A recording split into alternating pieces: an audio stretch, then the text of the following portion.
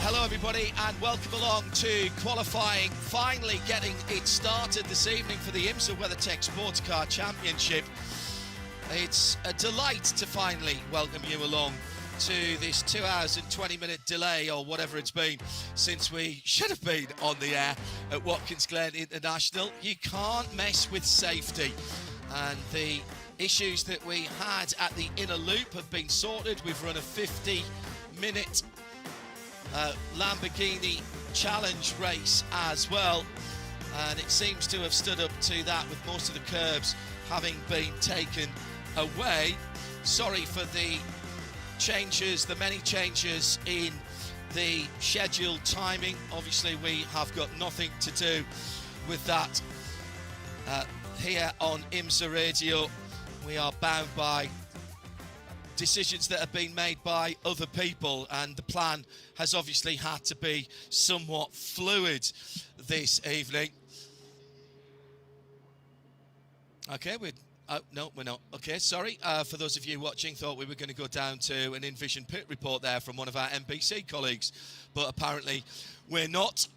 So it is, as far as I'm aware, nobody's told us any different, so we'll go with what we know. It's going to be a fairly standard session, which means 15 minutes for each of the 4 categories. But that might change, who knows? We'll try and keep you up to date just in case we are rolling the dice and it all becomes something completely different from what we were expecting. In the Ford Global Broadcast Centre, Ryan Marine is with me, John Hindhaugh, and on pit road with our driver database informed pit lane reports is our junior counterparty. Let's head down there now and see if we've actually got any cars on pit lane. Indeed, John, they have left the false grid and it's a hive of activity now is pit lane. I was just chatting to a couple of drivers trying to get a sense for what the downtime has done to them, but at the end of the day, mission hasn't changed. It's go out there and set the quickest lap that they can.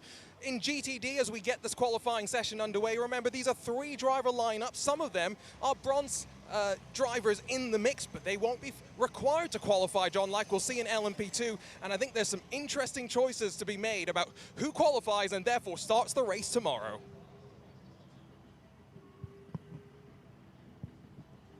Thanks, Arjuna. And Ryan Marine, you called the race with Brian Till that's just happened. Lovely shadows lengthening here at the Glen. We are going to get some great pictures. What happened up at the inner loop? We had a couple of incidents, very dangerous, and of course nothing that IMSA could do but to postpone it because we had to make some quite serious track maintenance issues there. How did the inner loop stand up to the rigours of all those Lamborghini Super Trophies going across it? Seemingly well, but it must be said that it really wasn't tested that frequently because we had a lengthy red flag at the beginning of that Super Trofeo race and then a subsequent lengthy yellow flag. So there really weren't many green flag laps to test it, but evidently, you know, in what we did see, the 41 cars that went around, and while they went around, it held up very well. And look, race control and the track staff here at Watkins Glen, they're excellent at what they do. They've done the best with the situation, and they wouldn't send cars out if they didn't feel like things were in tip-top shape. So it's been a little bit of a change. Everyone's been informed of it, and they'll adjust accordingly. What happened with track limits in that, and what was being assessed as track limits up there? I didn't see anything pop up on the screen in terms of track limit violations in regard to that specifically. I think the main thing is not to go beyond the curbs that remain, which is the secondary curbing, the really tall, almost pyramidal curbs that are typically in the second line of defense, let's say, against track limits in that section. Those are still there, and those really aren't to be trifled with in a sports car. So I don't know that anybody ventured that far to the point where it caused any kind of consternation. Well, let's hope it all holds up for this session. Cars are out on the circuit. Race control, I'm hearing, will not enforce shortcuts at the entry to the bus stop. So, okay, so there are no track limits at the entry to that. That's going to make times irrelevant then here in terms of qualifying records, because actually they'll have changed the track, won't it? So out on the track now is GTD, and that is a selection of, oh, excellent, of I think 20 cars we've got on that, just waiting for the timing. Yes, 20 cars, and we have got the timing now for that. It's Frankie Montecalvo in the number 12 Vassar Sullivan Lexus RC F. Ori Fadani will be qualifying the GTD of 13 Autosport, the Chevy Corvette. Any driver, by the way, can qualify this. It doesn't have to be a bronze driver. It is Antonio Fuoco for AF Courses Ferrari, Robert McGuinness for Triarci Competition, Zachary Robichon for Harter Racing Team, RS1 of Eric Lux, Fran Reda for Conquest Racing, Mason Filippi's gone out in the DXDT Chevrolet Corvette, John Potter for Magnus in the 44 Aston, Wayne Taylor's 45 Dex Imaging car, which now, Ryan, did we get to the bottom of the red flag for the Dex Imaging 45 car early in the week? Are they going to lose a time, or are they not? Certainly, there was one of the, it was the Porsche, wasn't it? The Jan Halen Porsche that lost a time. That's right. That car, I think it was still Ackerver driving it at the time, but RS1, that car does lose its fastest lap. I did not ever see anything pop up about the 45. We heard from the team it was a mechanical issue, and there's a provision in the rules that a red flag for mechanical failures, that rule doesn't come into effect. So I think they are clear and good to go.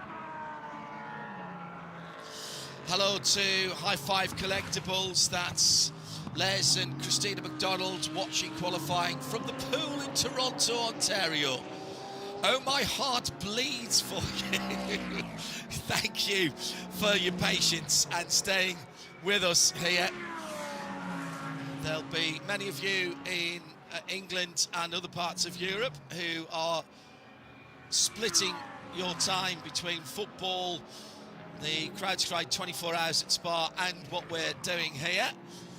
Multi-screen, multitasking, always good, isn't it? At IMSA Radio, if you'd like to get in touch with us. Giacomo Altoe, Dragon Speed Chevrolet Corvette. We heard a rumour that Giacomo might qualify that bronze class car. He has. Brendan Aribe is fastest for the moment in the Inception Ferrari.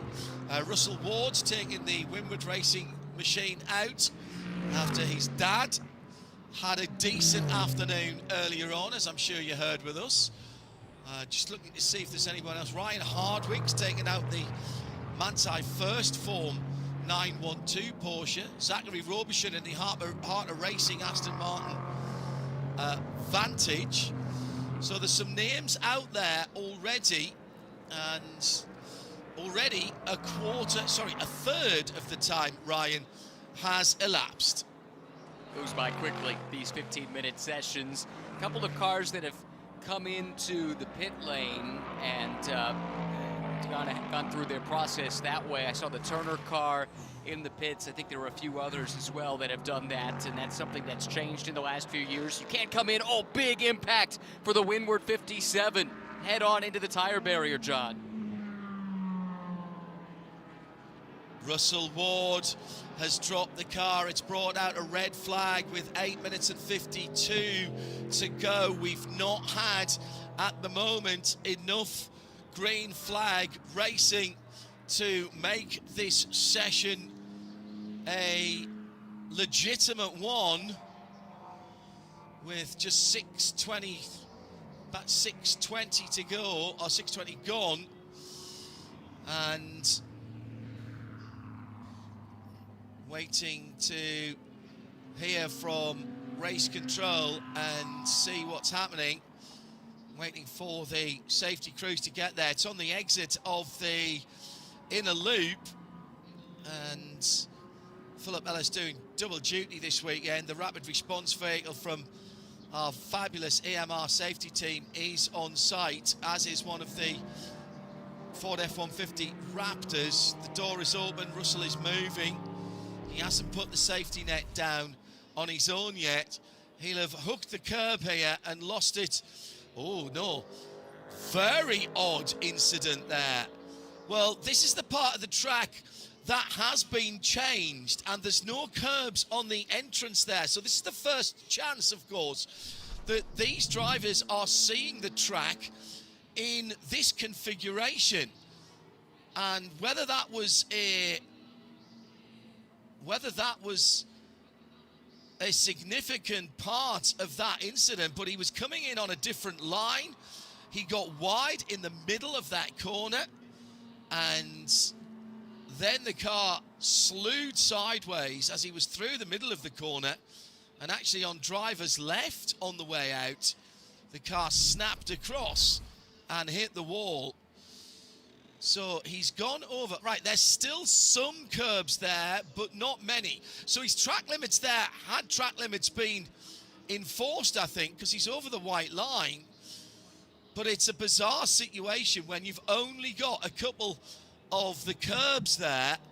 So it's a different entry for these drivers. Then he took the middle curb and then loses it trying to pull the car back round to the left for the second part of the middle of the corner. And at that point, he's on the dirt, and the car isn't going to turn.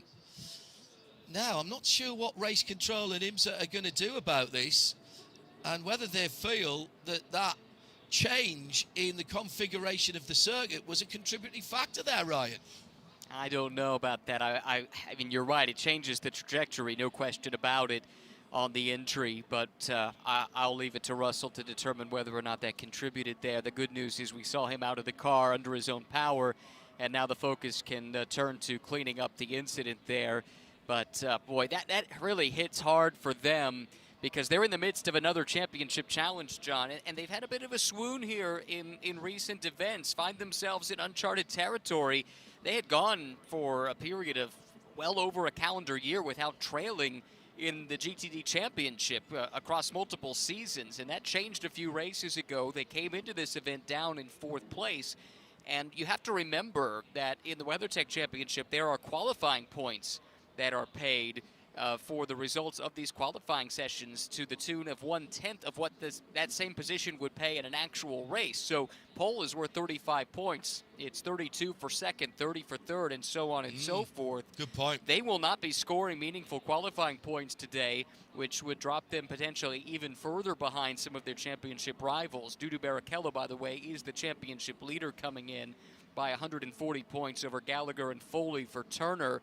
Then Peterson and Tielitz for Vassar Sullivan Racing this weekend, with Dreyer and Reinbold Racing. And then it's Ward and Ellis coming into this weekend. But they figure to lose some ground in that title chase with this result here in qualifying.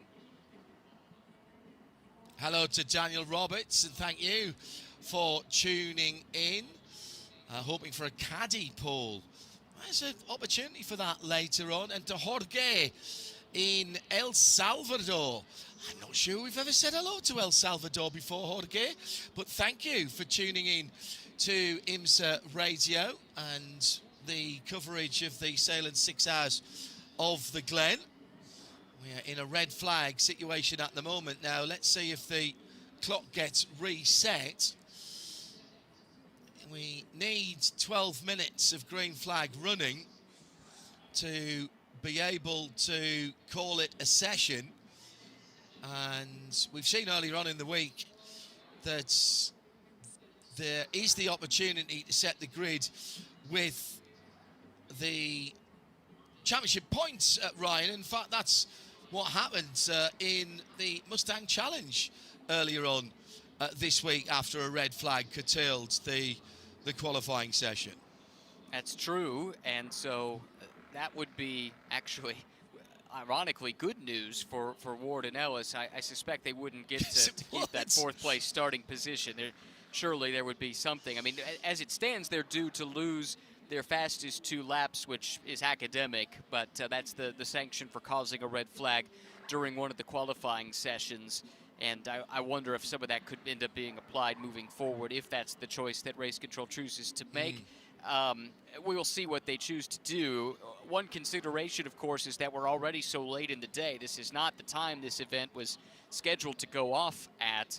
And that's an interesting thing to maybe consider. I'd be curious to hear from some folks in the pit lane about trying to set the cars up for conditions that they really weren't anticipating in qualifying. I mean, these cars have not been on track any later than the mid-afternoon at any point of the weekend so far. They weren't expecting to go qualifying into the evening hours, and by the time GTP gets out there, it'll be after 7 o'clock local time, considerably, by the time they finish up. So that's a much different set of circumstances from a condition standpoint than I think anybody anticipated when this day began.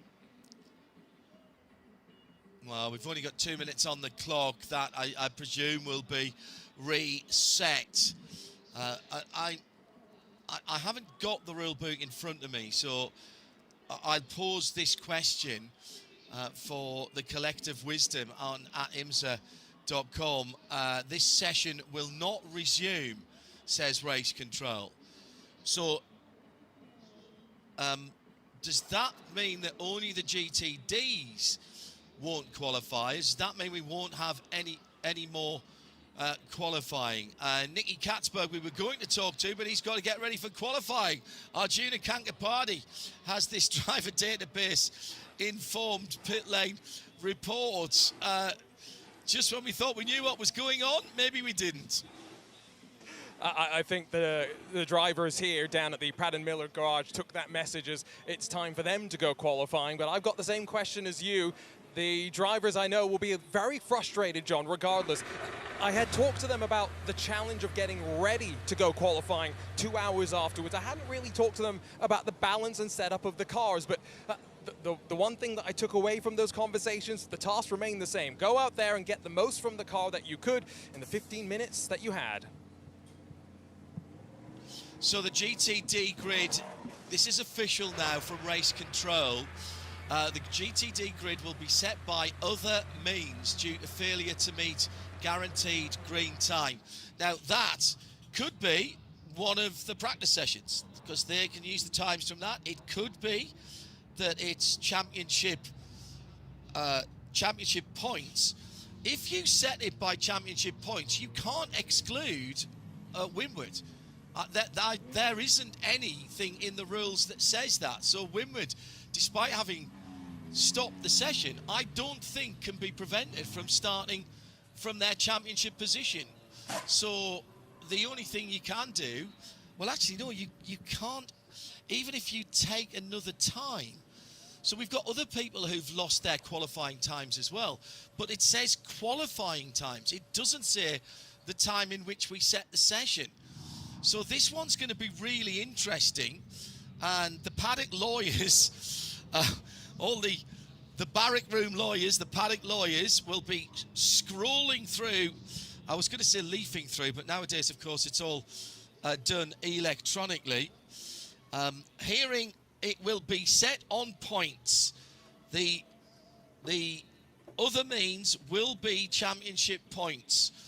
So, Ryan Marine, the grid in GTD, which will always start behind GTD Pro, which will always start behind LMP2, which will always start behind GTP, the grid will be what as we came into this weekend? Well, it would be the Heart of Racing on pole position. And by the way, it should be noted it is team points, not driver points, because the drivers can get shuffled around. And Barrichello's a good example of this. He's by himself, but you don't have to worry about that because it's that entry that that gets the credit here to go and start from pole position. Then Turner in second. Vassar Sullivan would start third. So Foley and Gallagher would start second. Thielitz and Peterson would be in third place. Ward and Ellis, as it stands, would be fourth. I've got my best people working on this, John, though, to see if there might be any provision for bringing out the red flag that they could be moved out of that starting position. We'll see. So anyway, that's the top four, and then it gets a little more complicated after that, and I'm going to have to pull up a different page in my notes that isn't readily available. So give me a second. Arjuna is still working the pit lane for us. maybe worthwhile speaking to some of the GTD teams and see what they're being told as well. I'm looking at the regs. I do not see a provision when the grid is not set by qualifying times to penalise someone who's caused a red flag in any of the sessions, to be honest. So I think that also the RS1 28 Porsche will not be penalised. They'll start from their championship positions. Now, the question that I have now, which I don't know the answer to, Ryan, is it overall championship positions or is it Michelin Endurance championship positions that sets the grid? Surely it's the overall season points. That is my understanding of the rule. And if I'm incorrect, someone in the know can correct me. But I feel reasonably confident in that assertion. That, unfortunately, penalises the teams who are in this race for Michelin Endurance Cup points, because obviously they won't have had the opportunity to score as many points as those who have done the full season. Even you could have a situation where somebody was leading the Michelin Endurance Cup and was starting way down the field. Maybe that's something that could be looked at in the future, but we'll wait for a grid. Yeah. The Endurance Cup leader is not a full season team. It's the AF Corsa entry. So I believe they would start 15th, assuming there's not any other adjustment that is going to be made, as we've been discussing, that any of these other sanctions that could come down, or if anything would come the way of Windward for bringing up the red. But as it stands, I believe that the Endurance Cup points leader would start 15th in class. All provisional is what we're saying at the moment. And the other question I have that all these years I've been doing this, I've never asked this question. Do you still have to go through post-qualifying tech when you haven't set the grid by times? I don't suppose you do you?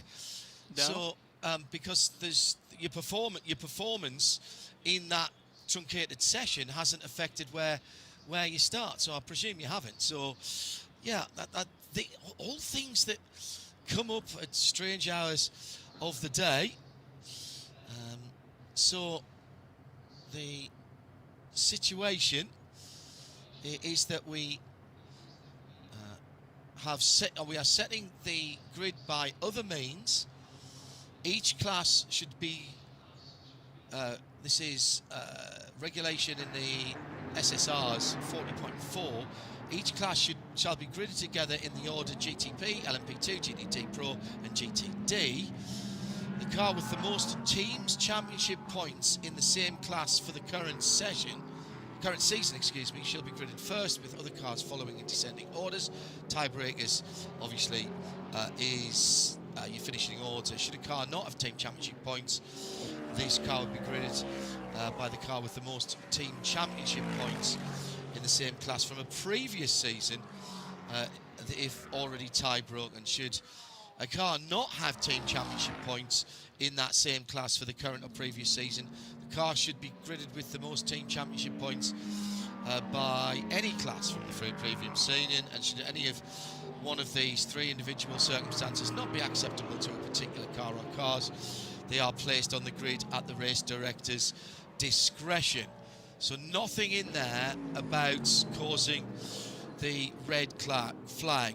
We've got the GTD Pros out, but Ryan has another odd question. I do. Remember, we've been talking this weekend about the new team of sorts in the paddock. It's Car Blanche, which took over for Vanderster Racing. So Vanderster Racing is shown in the team's points right now as 10th. Does Car Blanche get the Vanderster team points? That's a very good question, to which I don't know the answer. And nothing in those regulations say that. Is it a new team? Have they taken over the points, what does it show on the team's points coming into this weekend? They will have no points. So they will presumably have to start at the back. They've never competed before under that name.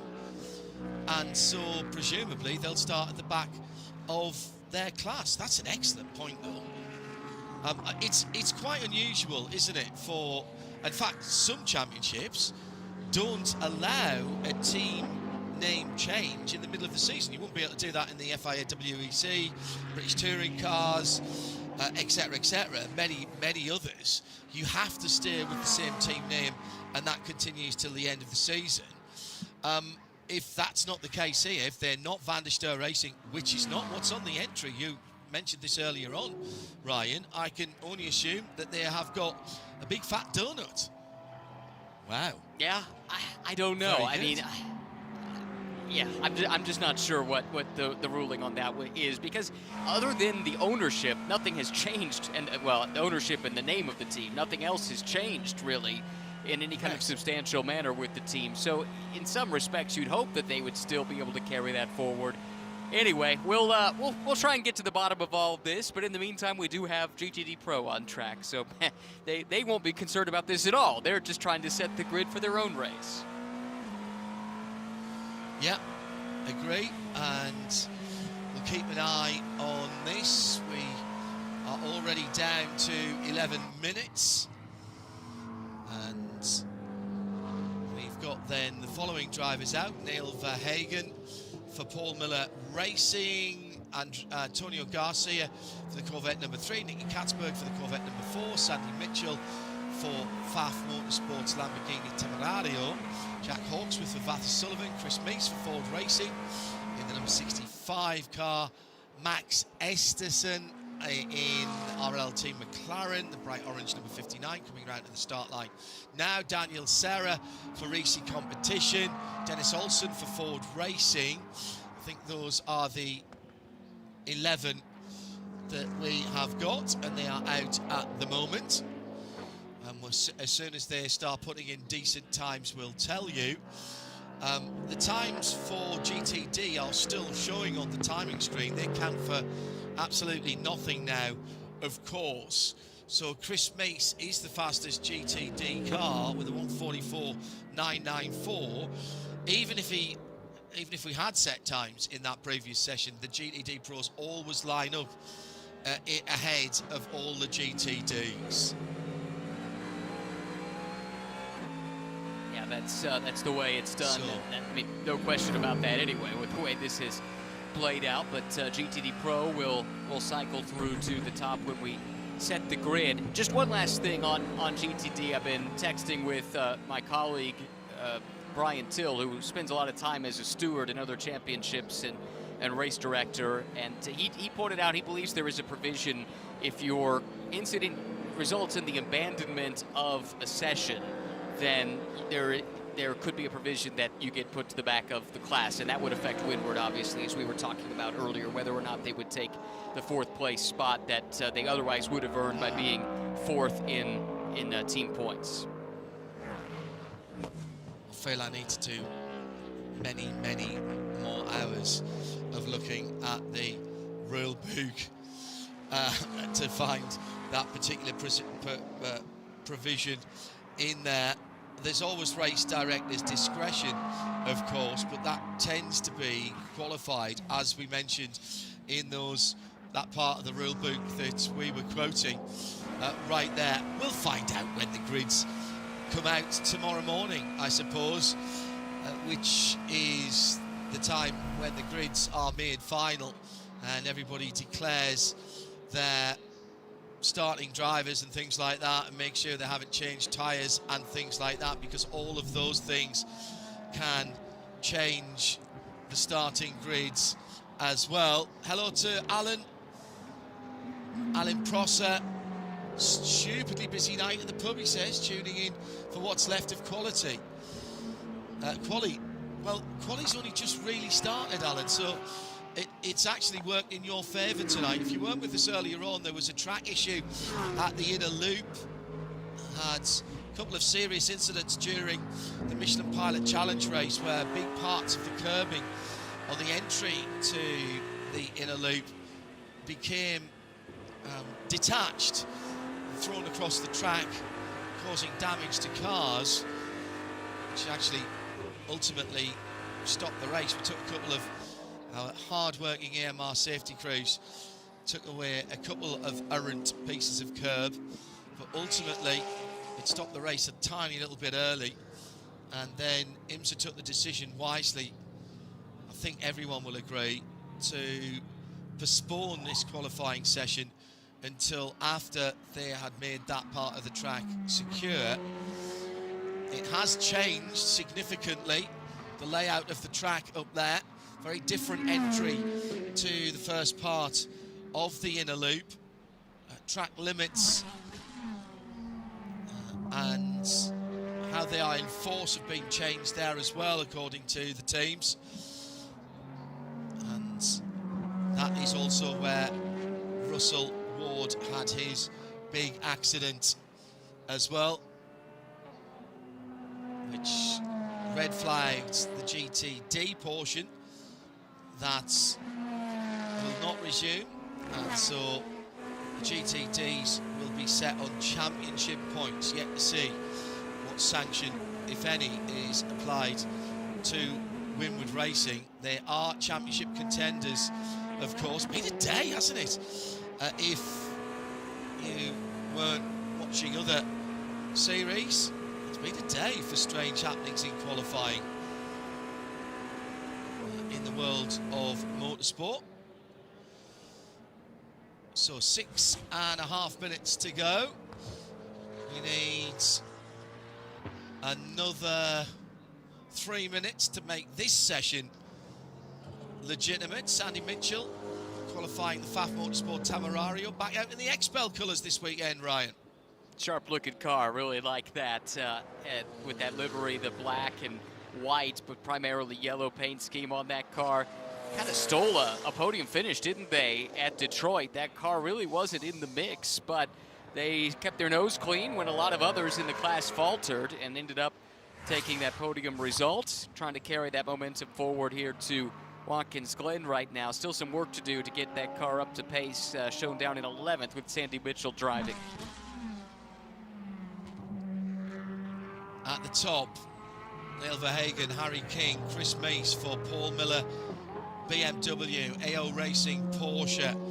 Then we've got the Ford Mustang GT3, so 3 different manufacturers in the top 3, make that 4 in the top 4 as... No, sorry, need to go down to the GTD Pros. It is for the top 4. Triasi Competizione, that's a Ferrari. Then the McLaren of Max Esterson, so that's 5 in the top 5. And then we get the first repeat, which is the Ford Mustang. Tight at the top as well, just a 10th or so between Verhagen and Harry King. And to the top, Jack Hawksworth for Vassar Sullivan Racing. And how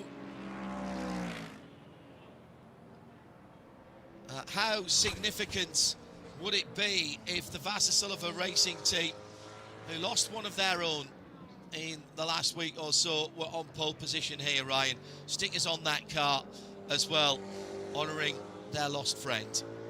Very much so. Dennis Reinbold, longtime IndyCar team owner, but to co-enter rallycross cars with Jimmy Vassar and Sully Sullivan over the years, a really tight bond between them. He passed away relatively recently, and that really sent shockwaves through the IndyCar community. It kept his illness quite private, frankly, and what seemed sudden, actually, to those behind the scenes knew he had been ailing for some time. But a real racer's racer. His maternal grandmother, Pop Dreyer, was instrumental in IndyCar racing back in the 1920s, and then as a team owner, a race winner in the IndyCar series over the years. Just a great gentleman and a true racer, and really touching for Vassar Sullivan to be honoring his memory by calling the team Vassar Sullivan with Dreyer and Reinbold here this weekend. It's 29-10-2 in the SSRs, red flag qualifying. Any driver involved in an incident or concurrent incident resulting in abandonment of qualifying may be placed at the back of the starting grid in their cars class. Thank you, Jared. We have the full team working on the ranks at the moment. So I think we will see that championship contending, 4th place in the championship this year. That car starting at the back. Now that said, they've done that before at that particular team, and between their driving talent and Phil Ellis back with Russell Ward this weekend for Winwood Racing, they have been able to come through the pack. Last couple and a half minutes in the GTD Pro, and the good news is we've done enough that even if there was a red flag now, this one would be legit. Hawksworth, Verhagen, King, Mees, Collado, Esterson, Olsen, Garcia, Senna, Katzberg, your top 10, and they are separated by just on a second. Who's got anything left in the last couple of minutes, Ryan? Let's see, who's on a good one now? Harry King's on a decent lap, but not anything that's going to challenge, I don't think, at the front of the field. That lap from Hawksworth was something else. 4/10 clear of the next car. That is remarkable at this point. Who else has a good lap going? Yeah, pretty good lap there for a King. He got up to 2nd place as they run. That was a great final sector as well. Overall best final sector to get him within still a 1/4 of a second, though, of Hawksworth, who apparently has done enough. They don't think they're going to go any faster in the final 80 seconds, so that car's in the pits. 1:43.9 for Harry King, so he did improve and he's cut the gap down to 2.5 tenths. Time for another one if he wants it, but only the one more. Neil Verhagen in 3rd inside of row 2 at the moment in GTD Pro. What can he do? Got his own personal best, 2nd and 3rd of 44.0, so he's closed in on 2nd. So the top 3 now separated by the 4/10 that separated Jack Hawksworth from the field just a moment or 2 ago, and 2nd and 3rd are still out there, Ryan. Oh yeah, still pushing. We've got Garcia on a decent lap, good first sector, but still about 3/10 off of what Hawksworth did through that part of the track. King is still pushing as well. Don't know that he's got enough in that car, though, to trouble Hawksworth. He's just looking perhaps for a bit more breathing room to hang on to an outside of the front row start. And then who else could we see? Looked like those are probably the most likely suspects. Mees on a decent lap, too. But again, I think that lap from Hawksworth, there's a reason they called him in.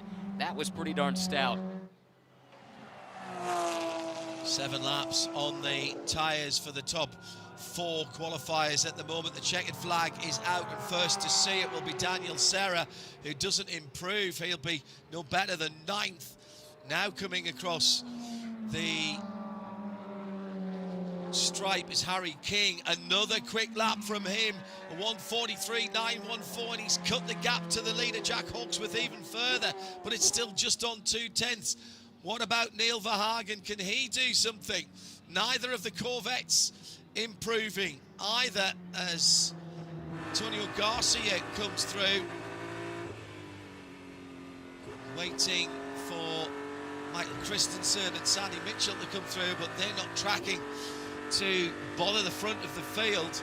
Neil Verhagen, the last man who can do anything, and he does his best lap and gets closer again, but it's in fractions. Checkered flag for Neil. So it is Jack Hawksworth for Vassar Sullivan Racing and the Lexus RCF GT3, who will roll down to be lauded as the pole sitter for GTD Pro, and an earned pole as well will get him the pole points for that. It is my understanding that when pole is settled by championship points, no bonus points are given. Correct. For the pole. Well, at least that part I remembered correctly.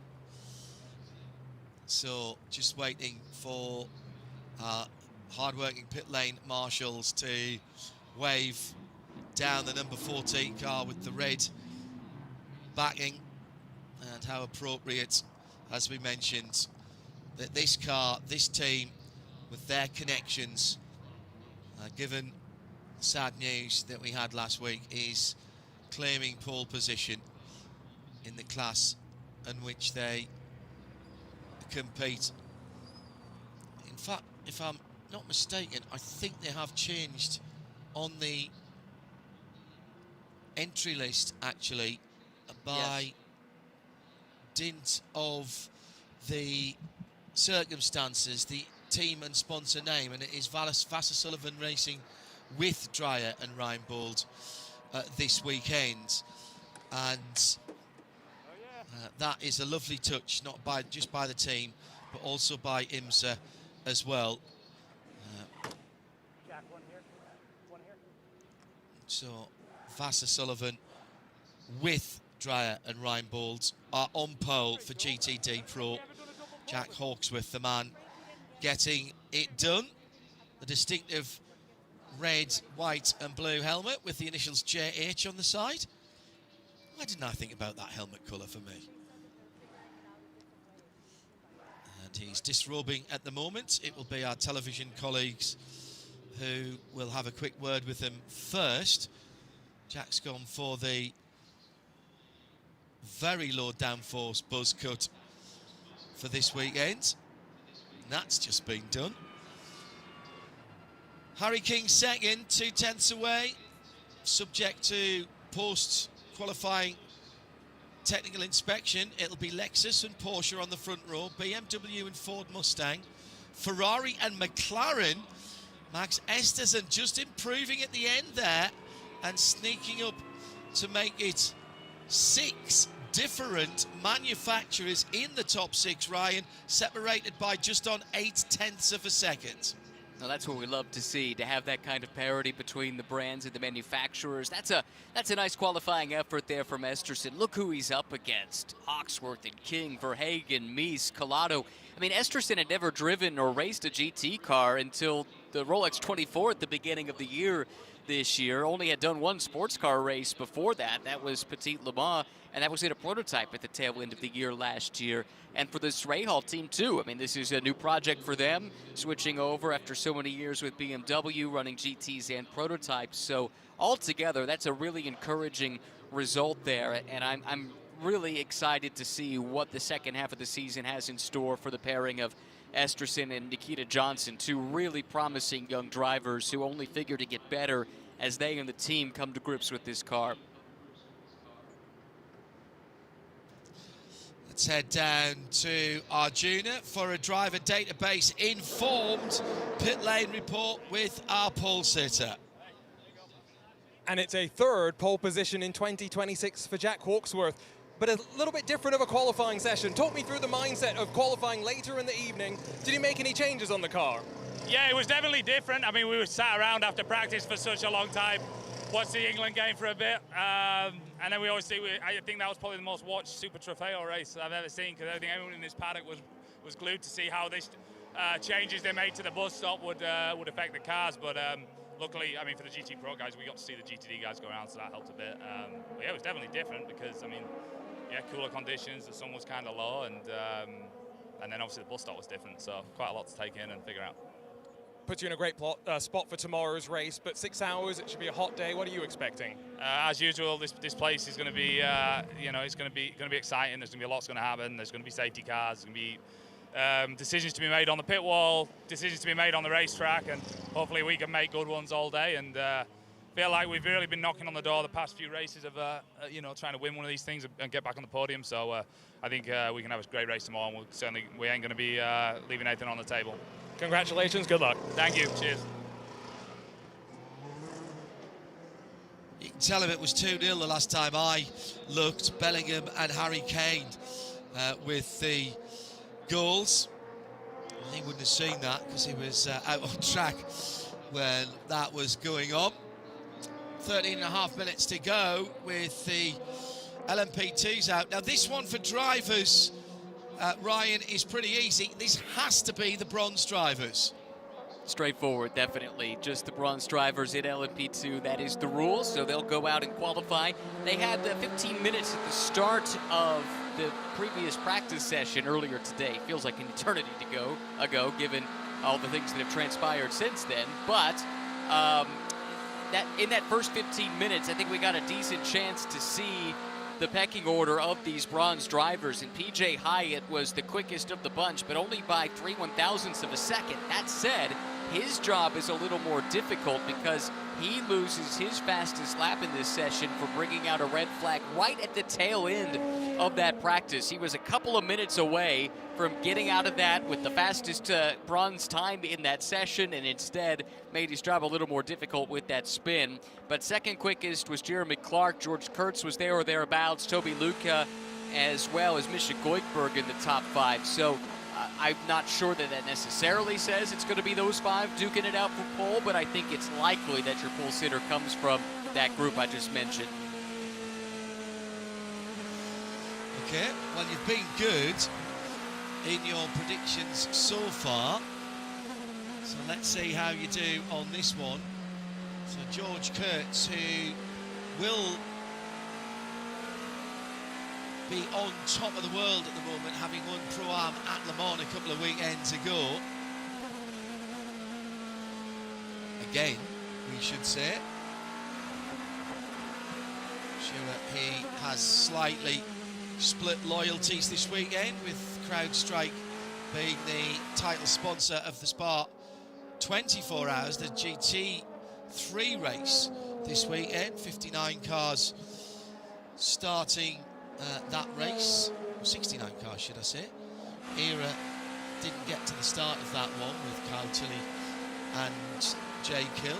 Daniel Goldberg goes across the line. Then the Orica LMP207, of which these are all in this qualifying. And talking about people that we have lost, mentioned it earlier on in the week, but if you are just joining us for the first time, Bill Gibson, whose Gibson engines are in behind all of these cars and drivers. Sadly, he died recently. Another strong character in the motorsport paddocks, who built up a tremendous business with Gibson engines, with Zytec, with Repton and Derbyshire, their biggest part of their business. Did so much for the automotive and motorsport industry. Some pretty top secret R&D stuff as well. An engineer born and bred. I can only imagine what a young Bill Gibson was like. I bet he got his first Meccano set before he could walk, and was splicing electrical cables together before he went to nursery school. We'll miss you, Bill. PJ Hyatt going through, goes to the top of 38.492. What sort of time are we looking for? I mean, air temperature still 25 Celsius, which is 77 Fahrenheit. Actually, we haven't lost that much track temperature. It's still 36 Celsius, 97 Fahrenheit. So not bad conditions here in this early evening, Ryan. I think pretty ideal conditions, certainly better than when these cars were last out at the heat of the day earlier this afternoon.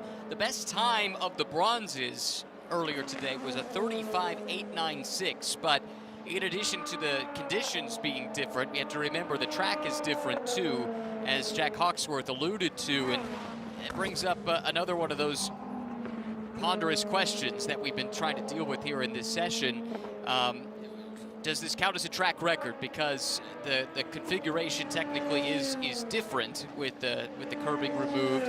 Hawksworth's time would have been good enough for a class qualifying track record in GTD Pro. Don't think we'll see a track record here in LMP2. That's because it is bronzes qualifying, and that wasn't always the case. The P2 qualifying record was set several years ago, back in 2019 actually. Gabby Aubry set the time at an amazing 31.7. But that was a long time ago and shortly after a repave. So I don't think we're going to get anywhere near that. But nevertheless, an interesting set of circumstances where even though we know what the best bronze time was earlier today at a high 35, I have no idea what the ultimate pace is on the track right now, given the conditions and the change in the curbing in the inner loop. Ryan Marine and John Hindhoff in the booth. Halfway through the session or thereabouts. We've got to get down to about 3 minutes to go to give us a full session. Actually, I may be wrong there. That's something else I have to look up. It used to be 12 minutes when it was a 20-minute session. It come down to 10 actually in the 15. Certainly, we didn't get anywhere near enough in that first session.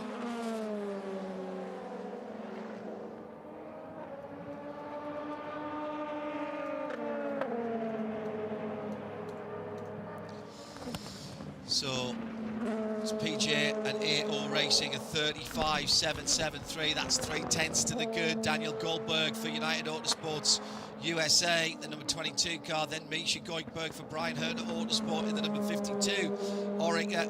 Then George Kurtz. There's a second between that top four.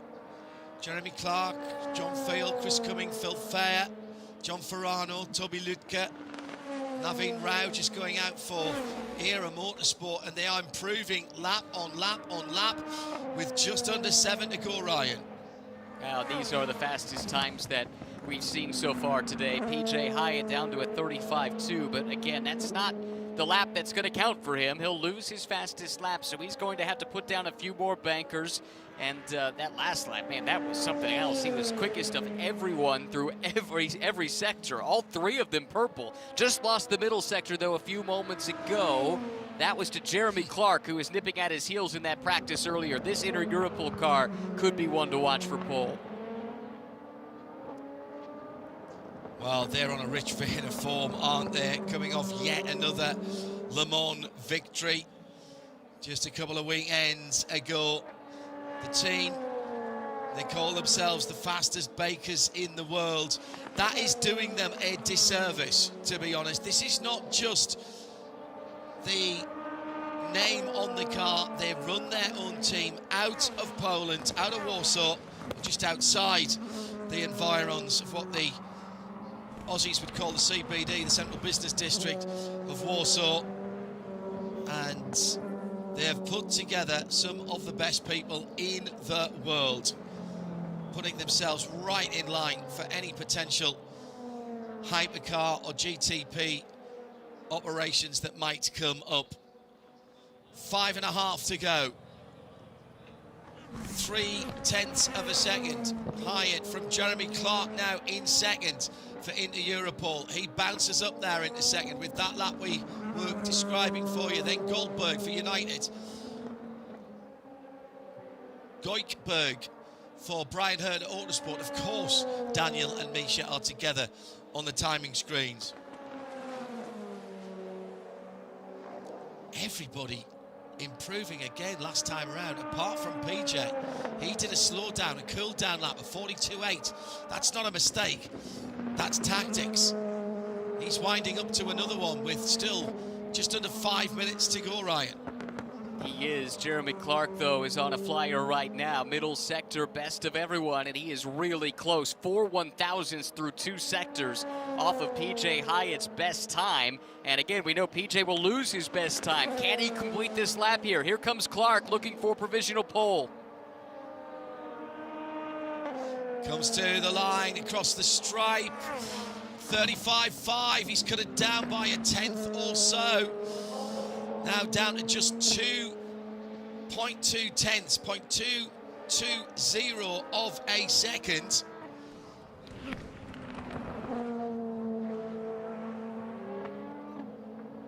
He's got time for another couple. I'm interested in this next lap from Inter Europol because Jeremy Clark has gone fastest of anybody in Sector 1. He doesn't have to find much. Meantime, PJ Hyatt, is he going to move the goalposts, as it were, in this World Cup period? Hyatt to the line. 135.2 he has, 135.3. Well, that's consistency. Now, he's going to lose his fastest lap, let's not forget. So the 35.322 is his best lap at the moment, but that would keep him on pole position, Ryan. It would for now, but I don't know for how much longer. Look at the lap Jeremy Clark has put together. Purple sector 1, purple sector 2. He is trending 4/10 up on PJ's best time right now. This could be a massive lap from Jeremy Clark if he can finish it off. Coming to the line now.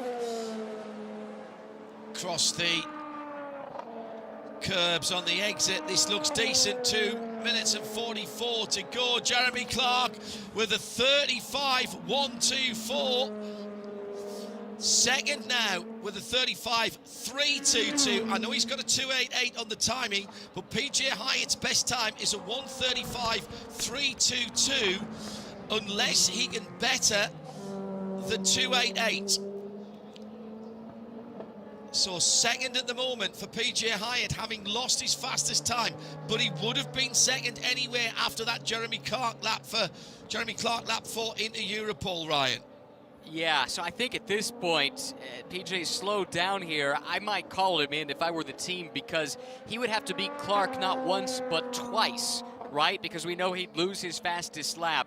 There's not a ton of time left. He might have enough time for 2, but is it worth the risk when at the moment you would sit on the outside of the front row? You can absolutely win this race from there.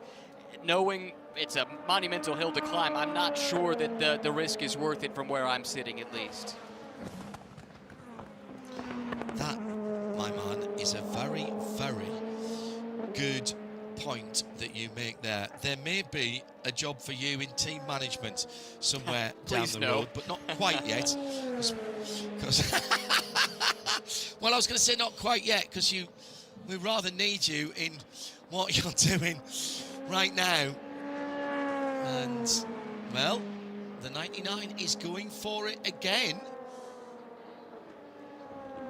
You're looking carefully, I can see you're looking carefully at the split times. Are we going to get PJ to try even harder? Again, it was a 43.1, 48.0 for Jeremy Clark, so they're both going slower. 51 seconds left on the clock.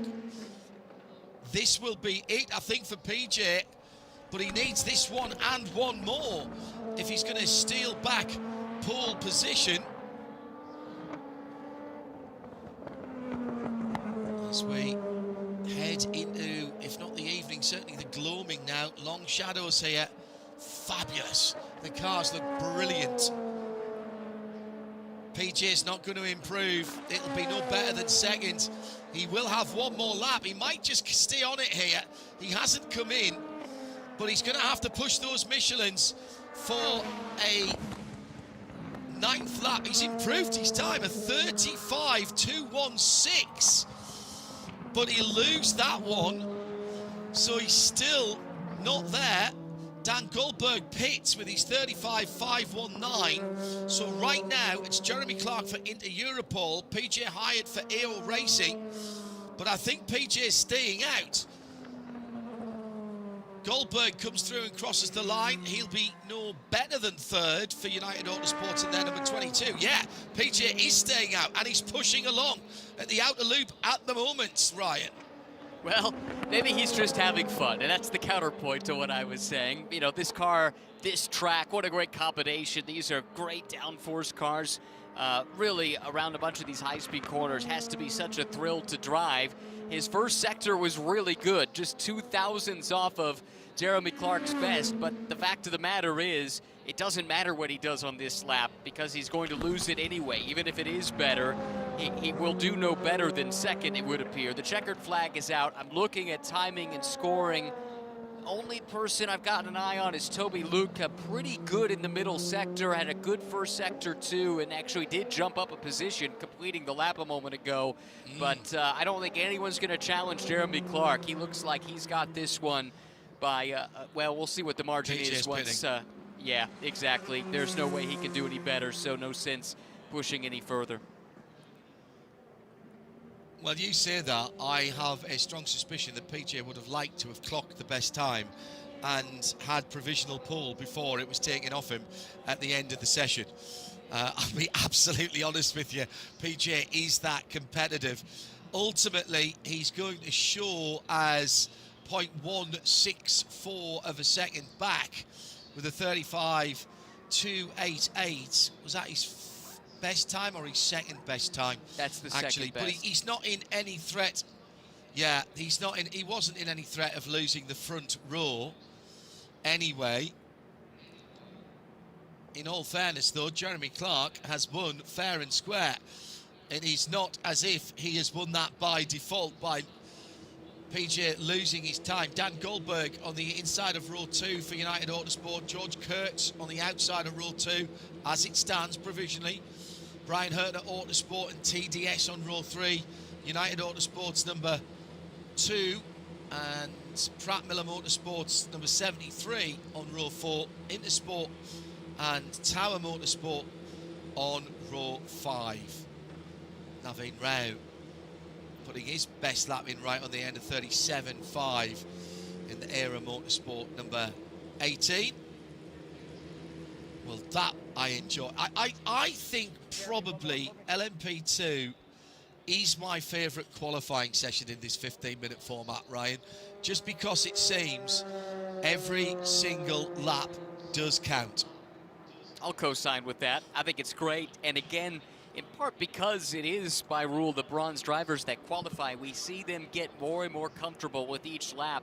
They get faster and faster, and by and large, the fastest lap of the session tends to come right towards the end. This was a bit of an exception to that rule, but it is really thrilling stuff. For Clark, third race this season for the LMP2 class. They've not been on track in 98 days, I believe, since Sebring. It's his second pole this year, also was on pole at Daytona.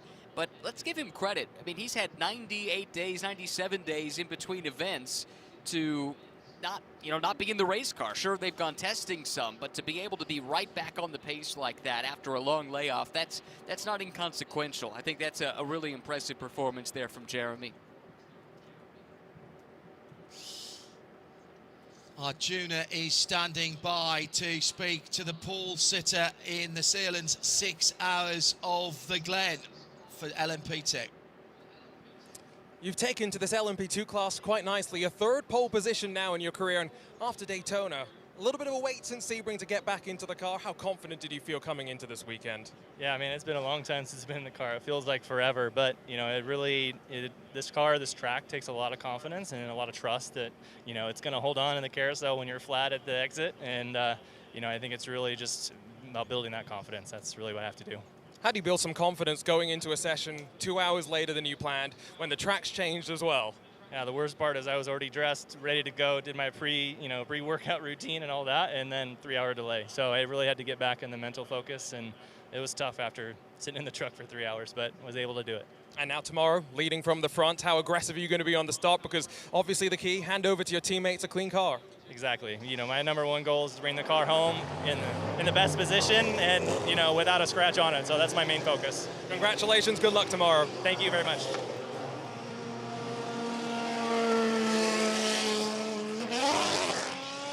Sorry, I didn't want to talk over all those cars going past Arjuna there on that driver database informed pit lane report, particularly when one of them was the Valkyrie. A lot of people hoping for a Cadillac pole position here. The final 15 minutes of Super Saturday. Here are your drivers as they have gone out of the pit lane. The GTPs setting off for their moment in the setting sun. Lauren Heinrich in the number 5 JDC Miller Motorsports. That's interesting. That's very interesting. Lauren doesn't always qualify the car, but that suggests he'll start the car in the longer 6 hour race. Lauren Heinrich will qualify Porsche Penske number 6, the number 7 Philippe Nasser, Philippe Albuquerque for the number 10 Cadillac Wayne Taylor V Series R. It will be Ross Gunn for the mighty Harter Racing Valkyrie, the number 23. Dries Van Toor and Marco Wittmann for the 24 and 25 BMWs. Jack Aiken, who's been quick all week for Cadillac V Series R in the 31, the Whelan car with the red front. Wayne Taylor's number 40 is Louis Delatraz. And Tom Blomqvist for Acura Meishank Racing in the 60. Renger van der Zande for the number 93. Those are your gladiators, ladies and gentlemen. And I pick my words wisely here for this last now 13 minutes of Super Saturday. Track temp staying pretty solid, 93 Fahrenheit and 34 on the track, 25 in the air is 77. Just a reminder that the number 5 GTP of Lauren Heinrich, who's just come back into the pits actually, he'll be putting a new set of tyres on, having roaded in one set of his race tyres. He will lose his fastest qualifying lap after causing a red flag during practice. That's just the one here, Ryan, that loses the fastest lap. Right, so a little more work for him to do. You mentioned with Lauren qualifying the car. If they want to start in the position in which he qualifies, he'll have to start the car in the race tomorrow. And so that's part of their consideration on strategy. I like that from JDC Miller, try and get a good starting position. That car's been really fast here all weekend. In fact, Heinrich has the fastest GTP lap of anybody so far across the two practice sessions. Did that earlier today. That was a 33.3, but conditions were much different then. And again, track has changed slightly since then too. So I think this we should see times that are even quicker than that as the session progresses.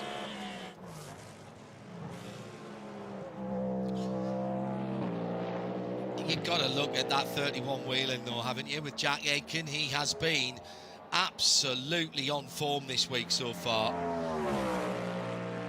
No question, not just this week, but all season. Aitken's been just sensational. He's the championship leader by a pretty wide margin coming in, despite the fact they were winless until the last round of the season in Detroit, but they've been on the podium every single race this year. In fact, it's a streak that goes back to the last few races of the season last year. So the team's on really good form, and so too is Aitken, who I think is always going to be a threat for pole if the car's in the window, and all indications are that it is here across the last couple of days. He has the second fastest GTP time through the two practices.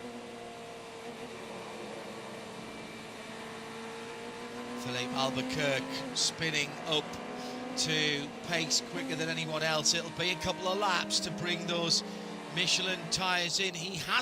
Albuquerque hasn't come into the pits in the blue-fronted number 10 car. He continues to push on, so this is the tyres he started on. His teammate Louis Delatraz has also not been in and changed his tyres. The GTPs are allowed to do that nowadays, but Jack Aitken is on a tear. Jack Aitken is going to rattle the top of the timing screens. He's going that fast. He's climbed to the top so quickly it nearly took my timing screen off the top of my monitor. 1:32.026.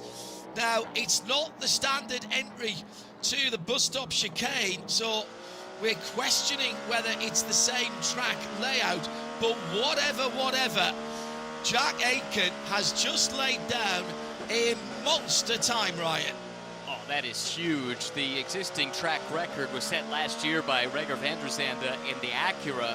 It was a 1:31.5, the qualifying track record. This, again, a 32 flat. And yes, the trajectory through the inner loop has changed, but honestly, I think this has more to do with the conditions than anything else. It's the first time in quite some time that we've seen track temperatures in the double digits. It's been 100 plus on the Fahrenheit scale most of the day. Yes. Now the shadows are growing long, and with that, the grip should be coming up. And we've had more cars and more rubber down here. They were supposed to go out before the Pirelli shod Lamborghinis. They've now had their race, but what we have had is almost 45 minutes of Michelin running in this qualifying session. Coming down to halfway through, it's another quick lap by Aitken. He's going to be in the 31s. He's in the low 31s. A 31.284 on what is his second flying lap. He is in another realm. He has dominion. He will not be beaten for pole position. I'm seeing that right now with 8 minutes and 13 to go. I just can't see it. He's quicker again in the first sector. There's no point in looking at anyone else's splits. They're still 2 seconds away from him on the same warm-up schedule. This is incredible by Whelen Cadillac, the 31 Action Express team, and by their driver, Jack Aitken. I want to correct myself. I really botched my numbers a moment ago, and that was not previously a track record, but that one is 31.2. That is a couple tenths quicker than Van der Zande, again with the caveat about the change to the curbing, but that is fantastic stuff from Aitken. Now nipping at his heels, not really nipping actually. Felipe Albuquerque just jumped up into second place, but he's a full second back. Such is the pace of Aitken to this point. Cadillac, Whelen, no Porsche. Lauren Heinrich with a 32 flat. Now he'll lose that eventually, so we need to keep looking for faster times. Heinrich, by the look of it, has brought his tyres in very differently. He did clock a really quick time until his fourth lap, whereas Aitken on his third and fourth laps, actually second, third and fourth laps, was really quick. He's just done a 31.7 on his fifth lap. This is incredible stuff from Aitken, but watch out behind. It is the battle. Louis Delatraz is now within 3 tenths, call it 4 tenths of a second. That's another Cadillac. Cadillac's 1-2, but Heinrich's going to go quicker again. Heinrich will be in the 31s next time around for JDC Miller Motorsports, Ryan. He will, but again, that car has to give up its fast time, so he's going to have to do this and step up his game a couple more times in the remaining 6 minutes or so. He just missed actually on the 31s, only barely, 79 thousandths of a second on the outside, but still, that is the third fastest time we've seen here through nearly 10 minutes of qualifying. Aitken then staying out for the moment. Philippe Albuquerque in fourth. 3 Cadillacs in the top 4. Make that 3 Cadillacs in the top 5 as Renger van der Zande punches in a time that put him on the inside of row number 2 for a moment. 31.7. There's your 31 for Lauren Heinrich, but he's got actually a 32 flat, which would put him down in 6th position right now because he'll lose that fast time. There's more time in these tyres than I thought there would be, I'll be honest with this. And Jack Aitken hasn't improved the last couple of times around. Has he just been cooling his heels a little bit? Delatraz looking quick, gets again within 2 tenths of a second of his Cadillac teammate. Whelen Cadillac, Wayne Taylor Cadillac, JDC Miller Motorsports Porsche, then both of the Acuras. Then Philippe Albuquerque for Wayne Taylor's number 10 Cadillac. Then the first of the BMWs, the 2 Penske Porsches struggling for pace at the moment. It's not just how far they are down the timing and scoring serial, they're a second back of Jack Aitken. Yeah, huge lap from Jack for sure. And to your point about the tires holding on, remember we're on the Michelin hard compounds here this weekend, and I wonder if the combination of that and the favorable track conditions means that there's a little more life left in them later in the run as that fuel load burns down, and that's leading to some of these quick lap times even deep into these qualifying runs. 39.2 from Aitken. That was a cool down lap, a preparation lap. Sometimes you hear the drivers talk about that, a prep lap. He's eased off, he's giving his Michelins another go. Big moment coming down the short chute. Last time around for the BMW of Marco Wittmann, I think that was also for the number 6 of Lawrence Vantor, who drifted the car through turn number 6. Delatraz now within 2 tenths of a second, 0.203. That was another quicker lap for him. A 31.4, but it's still the 31.2 31.84 for Jack Aitken that holds sway. Lauren Heinrich's just done a 31.9. That's his second best lap at the moment, a 31.9, and that would put him in 5th position, which actually is where he is with his 31.7 at the moment. Remember, he caused the red flag during a practice, or that car did, and that will cost him his fastest qualifying lap. But Lauren Heinrich at the start of the race tomorrow has got my mouth watering for JDC Miller Motorsport and the slightly lighter Porsche 963. That's their 2025 model year car, effectively. Waiting for the orange number 60 to come through. Tom Blomqvist, fastest of anybody in the middle sector. Can he put the 3rd sector together? He's not a million miles away here. This could be a front row for the Acura Meyer-Shank Racing number 60 car. He comes to the line. It is a front row. And now under 2 seconds between Aitken and the chasing mob. That 31.2 still looking good. Van der Zande pits with the second Acura. Looks like Blomqvist is staying out on the track. Still 2 minutes to go here, Ryan. I may have called it too early for Jack Aitken. I don't think I have, but I'm starting to get a little bit nervous for Cadillac Whelan and Jack Aitken. Looks like Blomqvist is backed out of it here on this lap, so we might have time. It looks like he should for a cool-down lap here and one more push lap to try and go for pole, but it would take a monumental effort. He's still nearly 2/10 shy of that time from Aitken. That's going to be difficult to go and get this deep into the run, but you never know. I wouldn't ever count out Tom Blomqvist. He's that kind of talent. Philippe Albuquerque tracking to get somewhere, maybe on the 3rd row at the moment.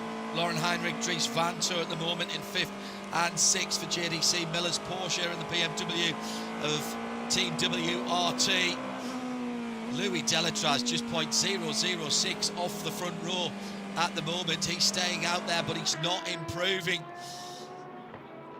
And right now, he's not going to better his position. Jack Aitken had to modify his line going into turn 7. There was a slow Porsche that was right there, and that was the number 7 car of Felipe Nasser. It did affect him turning into turn 7. The Whelan car had to come from the middle of the road. He's pushing, but he's not going faster than himself. Dries Vanthoor is improving. He might get up to P5 or 6 as it stands at the moment. His splits are decent in the BMW M-Team WRT number 24. Aitken with 31 seconds to go. What's he got left in the Michelins? What's he got left in himself and the Whelan Cadillac V-Series R? 31.9. Would have been good enough for 6th position. Here's Vanthoor coming to the end of the lap in the red, white and blue M-coloured BMW. He goes through 6th position, so he did improve. 131.764. Lauren Heinrich, where's he at the moment? Oh, he might move forward. Certainly might improve his 131.9 is his second best time, and it's the second best time that he needs to improve. So how much quicker can he go? Comes to the line now, having to remember his second best time, gets the checkered flag, does a 31.635, so he'll get the 31.7. Ooh, can't remember what the 31.7 was. It was quicker than Vanthoor. So at the moment, net, the 31.704 that he put in earlier on keeps him on the inside of row 3. Checkered flag is out. Delatraz sees it. Heinrich sees it. Albuquerque and Lawrence Vanthoor sees it. Jack Aitken does not need to push. He's not under any threat at all for pole position, Ryan. No, I don't think so. When Blomqvist peeled off about a lap ago, that was probably the biggest threat to Jack Aitken's pole position. And when he came to the pit lane, I think Jack and the whole Cadillac Whelan team could breathe a sigh of relief. That's a job really well done today. that had to be fun for Jack, but also on the ragged edge, right? The way he was pushing that car in some high-speed, high-commitment areas. Fantastic stuff from Jack, who is just at the top of his game right now. Pulls into the fast lane. He'll be ushered down to the interview area, subject to post-qualifying technical inspection. Here's how they'll line up for tomorrow's 6 hours, the Sahlen 6 hours of the Glen. It will be the 31 Cadillac of Whelan from Acura, Meyer Shank in second, their number 60 car. From Wayne Taylor's number 40 Cadillac, and the second of the Acura. So Acura with 2 cars in the top 4, as with Cadillac. Cadillac, Acura. Best of the Porsches again. It's the slightly lighter 2025 model year car.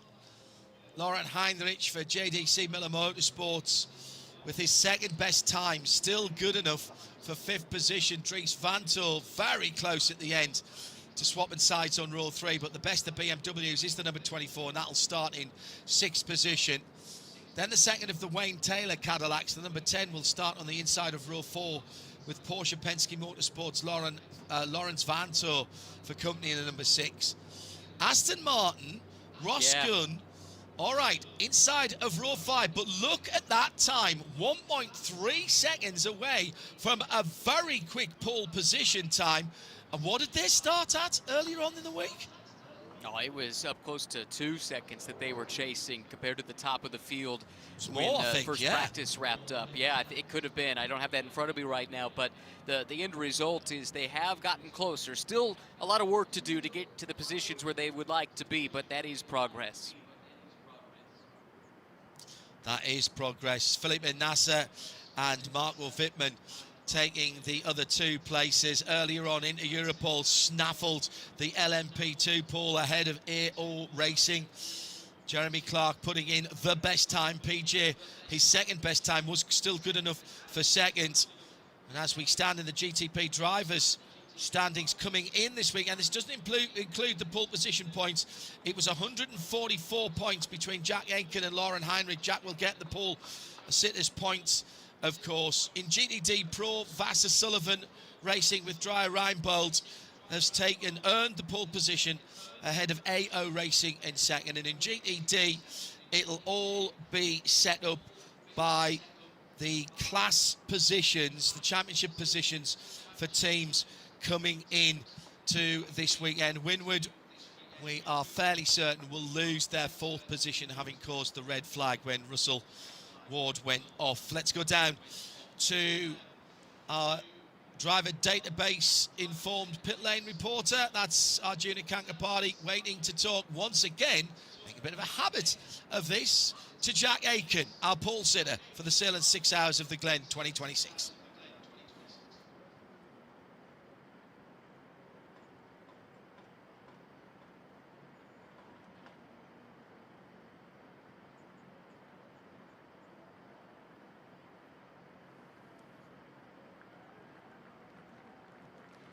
Jack Aitken qualifies on pole position once again, and now we'll get ready to celebrate with the team.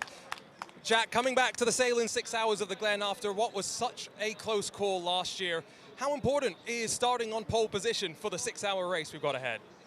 It helps, you know, we're starting that a little bit further ahead. I think the 6 hour races are some of my favorite from a strategic point of view, because you do get a lot of options with driver rotation and how you want to play it.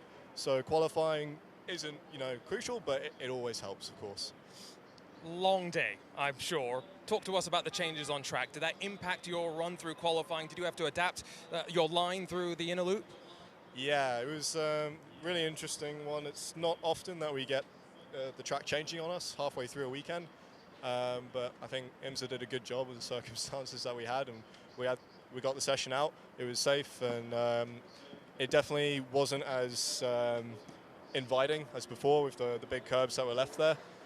So just taking a little bit of a cautious route around them, but had enough speed around the rest of the lap to make up for it. And now looking forward to tomorrow. Not, I think, expecting rain in the forecast like we saw last year, but it was a crazy race last year. What are you expecting? I think this time of year in Watkins you can have any kind of weather, so We've seen it so many times that storms just come out of nowhere in this region, so we'll be ready for it. It usually creates a bit of a topsy-turvy race, and I love it, so it's going to be a bit chaotic. I'm just hoping we get a clean start on that first lap. Hoping to continue the streak of podiums as well. Congratulations. Thank you. Jack Aiken, interesting comments there, and well done to IMSA for getting us through a very long Super Saturday, a super Saturday indeed here at the Glen. So we now have our 4 pole sitters. Tomorrow we will bring you our Michelin countdown to green with a good half an hour or so before we head to the Sahlen's 6 hours of the Glen. Check your local listings for detail. Don't forget we'll be on Sirius XM as well, channel 206 across the weekend. Thank you to our junior counterparty, our driver database informed pit lane team reporter, and to my colleague here alongside me in the Ford Racing Global Broadcast Centre, and that was Ryan Marine. I'm John Hindhaugh. Long day for our intrepid camera operators, and indeed for the marshals, flag stand workers, and of course the MR safety crew, as well as our technical team, both on site and up at Concord. Thanks for their diligence today. Back in London, Tim Gray and Kerry Cobb made sure that we went to the world on RS2 Inter Radio. Thank you very, very much indeed for joining us. Thanks for your patience. It was worth it. We've had a 1:31.284 by Jack Aiken. He'll celebrate tonight. The headlines are written tomorrow, and that's when we'll bring you the 2026 IMSA WeatherTech Sports Car Championship for the Sahlen's 6 hours of the Glen. I'm John Hindhaugh. Bye for now.